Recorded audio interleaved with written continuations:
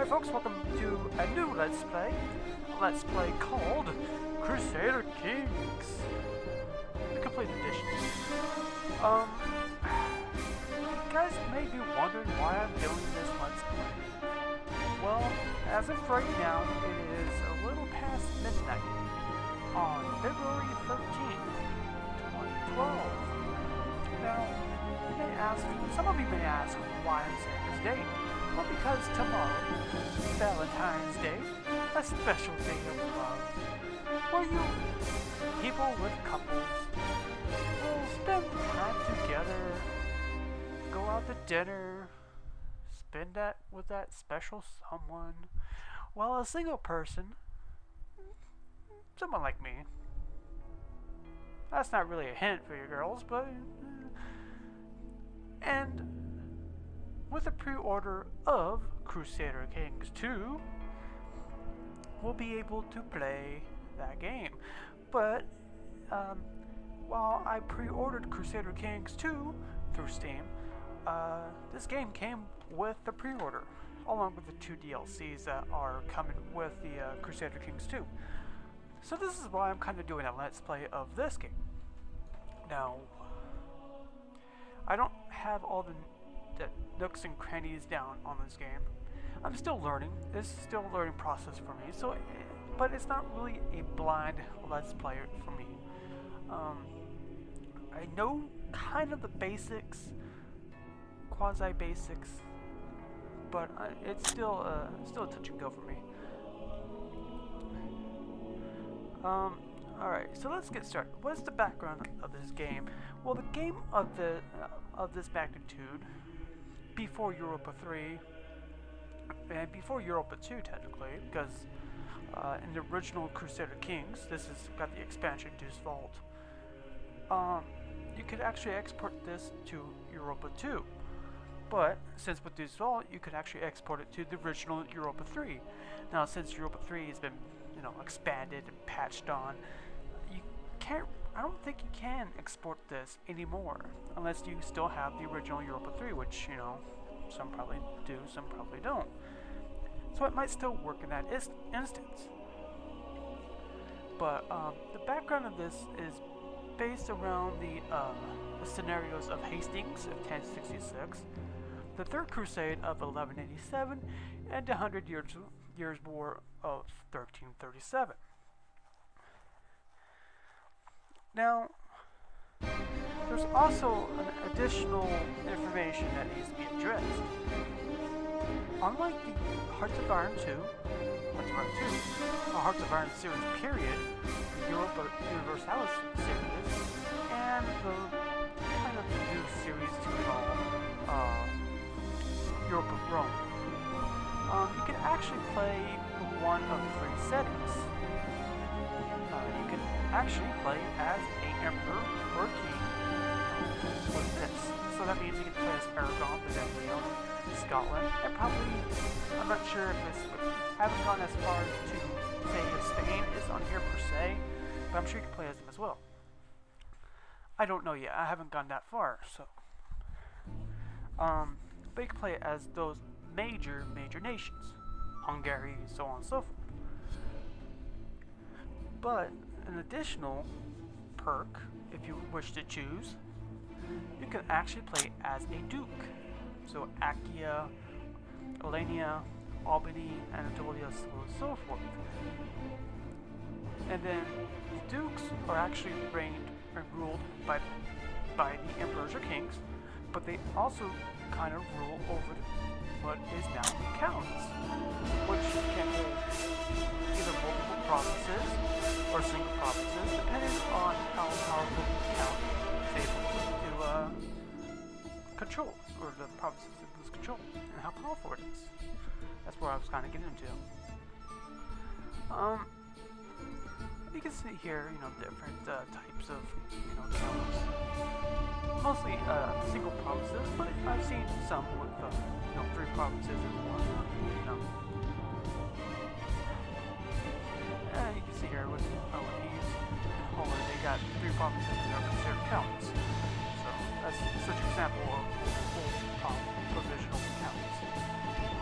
Now, counts can become counts can become dukes, and dukes can become emperors. Emperors can be knocked down to counts, or they can be knocked down to counts. So it's kind of kind of. I don't know why I'm repeating myself. It's sort of a power struggle between maintaining the status of emperor to prevent dukes from becoming emperors and counts becoming dukes and so on and so forth. So it's a nice little power struggle. So not only do you have to face the outer enemies of your boundaries, but also the inner enemies. So it's kind of a paranoid scheme going on there among both fronts, which is kind of nice, you know. It's different, and and this game is really growing on me. So you might ask, what am I going to do? Well, as you can see there, I got a save game, but I might as well do a different one. Maybe. Should I? I think I should continue with this one because I really haven't started with this one. This is the Count of Manivisia.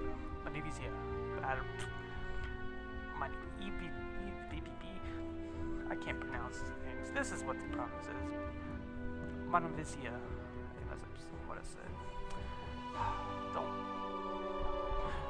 And this is considered a count of this little province, and this province is being ruled by the province of the Principality of Achaea, and Achaea is being controlled by the Emperor of Byzantium. So let's get going.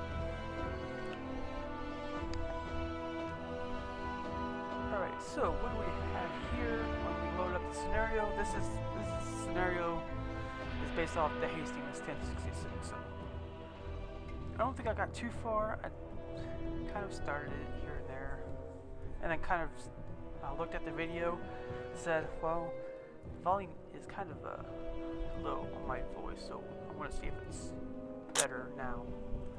Let's hope.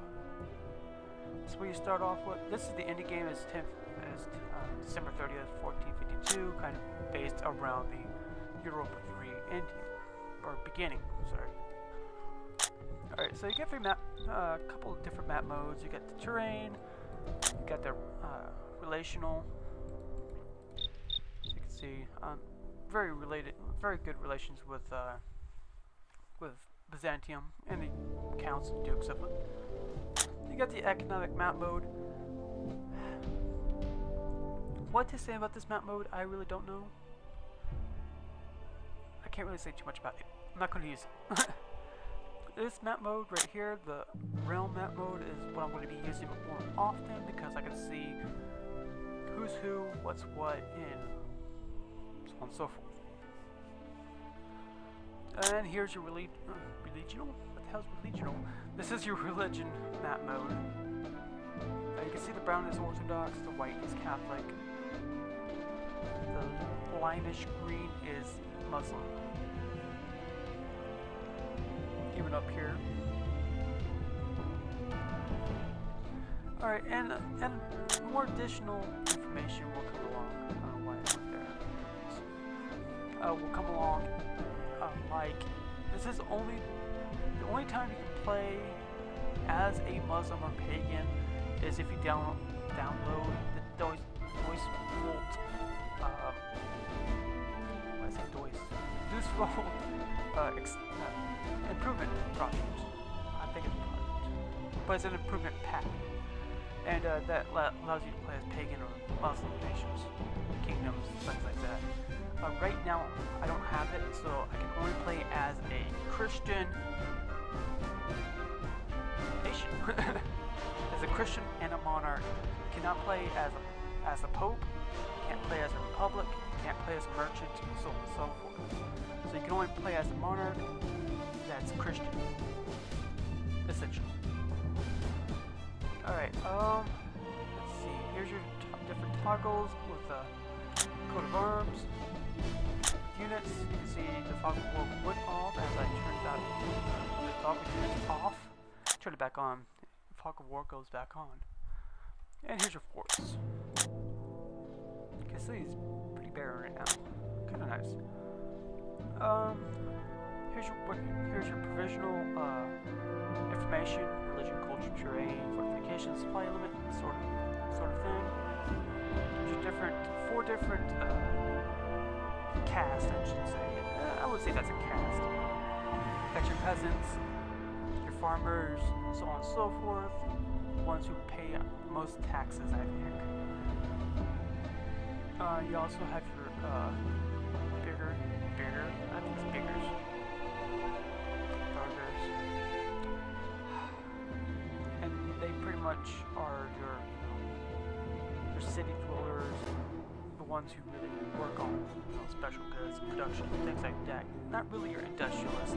That comes much later, but it's pretty much merchants, things like that. Here's your clergy. Name speaks for itself. And here's your nobility, your knights, your military, things like that. Your barons. I wouldn't say your military, but your barons, so on and so forth. But each also provides a special bonus towards your military, though. I think some of them provide like light infantry. Nobility, I believe, provides knights and heavy infantry, so on and so forth. And speaking of military, here's how you mobilize your armies. Is by clicking on this little military, only 170. That's fine. And here's what the composition of your military knights, things like that.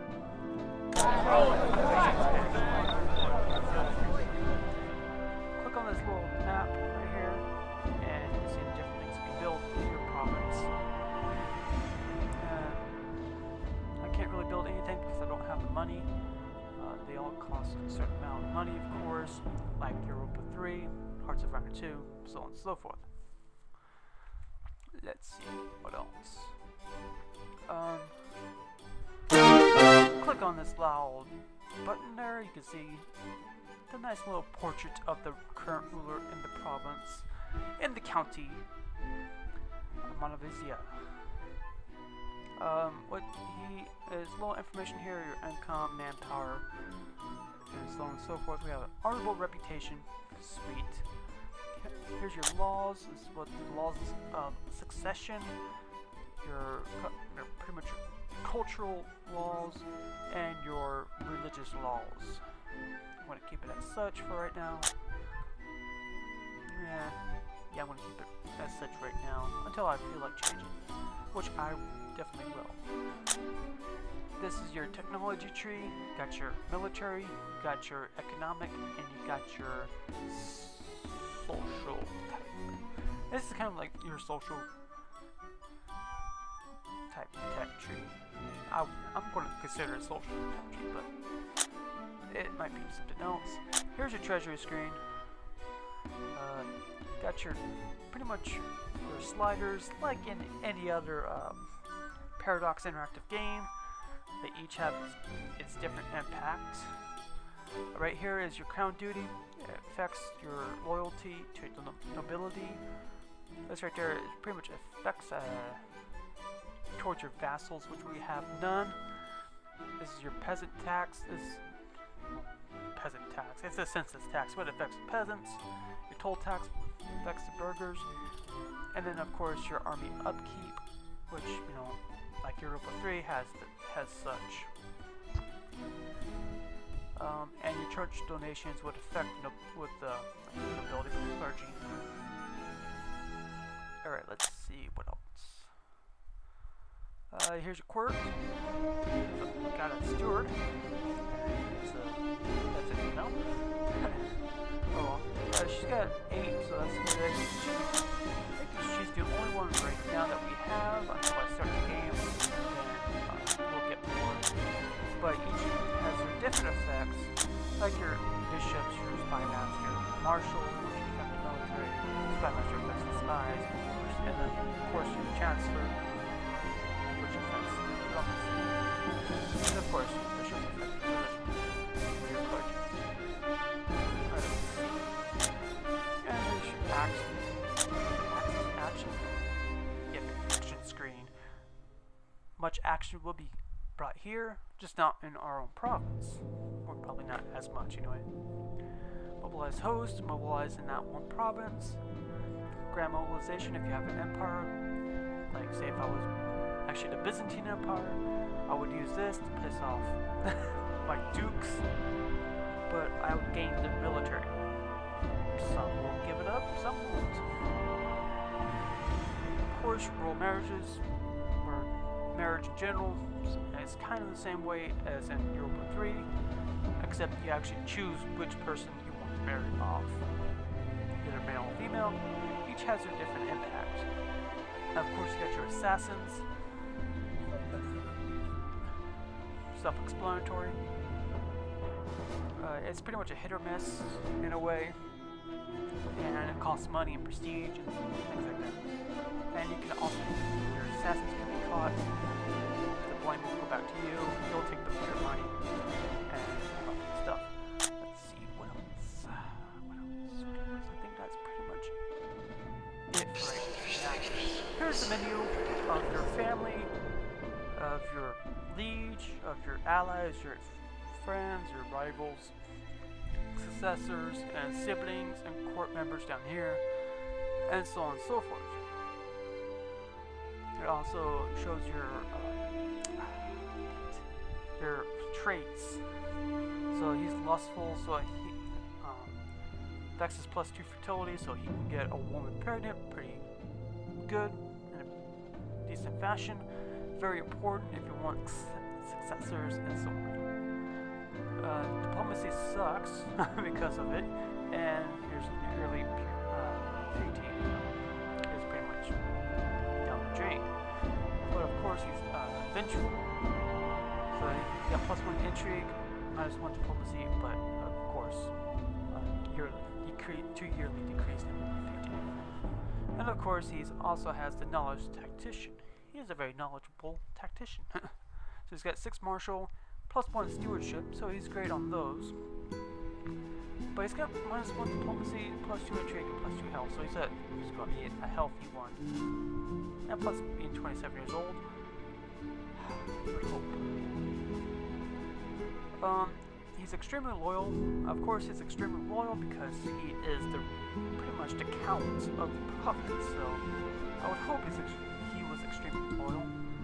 And of course, this is for what is up there. That's copies from this, pretty much. He's pretty much the Prince of Achaia. And here's his vassals. I'm right here. Hello. His parent, Nicophorius, successor. Really? Huh. Interesting. Of course, he's the Prince of Epirus. Interesting. So on and so forth. And here's the lead. Here's the head honcho of the Byzantine Empire is Constantinus. He is 66 years old at this point because he came to power at 2008. Good on him. Been around for a while. Problem is, he's got some decent traits. And I mean like decent, not real good, but not bad, but he's very ill. So you can see his fertility is -5, so he's not going to, have any chance for children. He's club-footed, so he's got -1 martial, and he's a hopeless spender. And then there's probably going to be one more trait that'll be tacked onto it a little bit later, which will be that provinces will probably break away, or the dukes will break away from him, and so on and so forth. So that's not going to be good. Let's see what else. I believe I'm missing something. Somehow I'm missing something. Oh yeah, you can pillage your own province. It's always nice. Here's your pretty much the same screen, the same thing that pops up in your Europa 3. Gives you information on what needs to be done, what should be done, or what you can do at this point. So as you can see, I have no heir to the dynasty, which sucks. But he's 27 years old, so something might happen. Alright, let's see. Okay. So what Byzantium has to offer. And of course, here's everybody that has its own territory. So you can see the emperor himself can actually rules over not only Byzantium, but also Thrace and yeah, Thessalonica. So he's got that going for him. And of course, you got yours, probably the Count of Samos, actually, Principality of Samos, so Samaria and Ephros. So you can kind of get the picture of where they ruled, so on and so forth. So this kind of nice. Alright, what else? We got assassins. We can pledge allegiance. So if we decide to break away, and then all of a sudden we feel like, well, maybe we should go after the crown of the empire's crown. You just pledge allegiance and kind of build your way towards that ability to grab the crown. You can send gifts, like just like European Universalis 3. Send a fosterling means send your children towards your neighbors or towards a kind of a whatever count or duke has decent relations with you or good relations with you. You can send them there. It can be taught different traits. You can grab the title. Grabbing titles is interesting because kind of gives you. It's kind of like giving you claims to the province. So if I want to be Prince of Achaia, I gotta have 625 prestige, and I can become Prince of Achaia and then eventually declare war on them. Or I could just usurp it, which means I have to tackle these 3 provinces and then say, hey, I want to be prince. Either way works. But we'll see what happens in the future. When it comes to Muslim nations or pagan nations, you just declare war. Once you occupy the province, you can actually just say in a peace treaty, say, hey, what do you recognize me as ruler of this province? So it's kind of like that. Well, I'm feeling like I'm missing something now. What else am I missing? Explain the details. Christians in general can usurp or grab titles. And I say Christians, meaning Orthodox, Orthodox, or Orthodox, Catholic, or Catholic and Orthodox.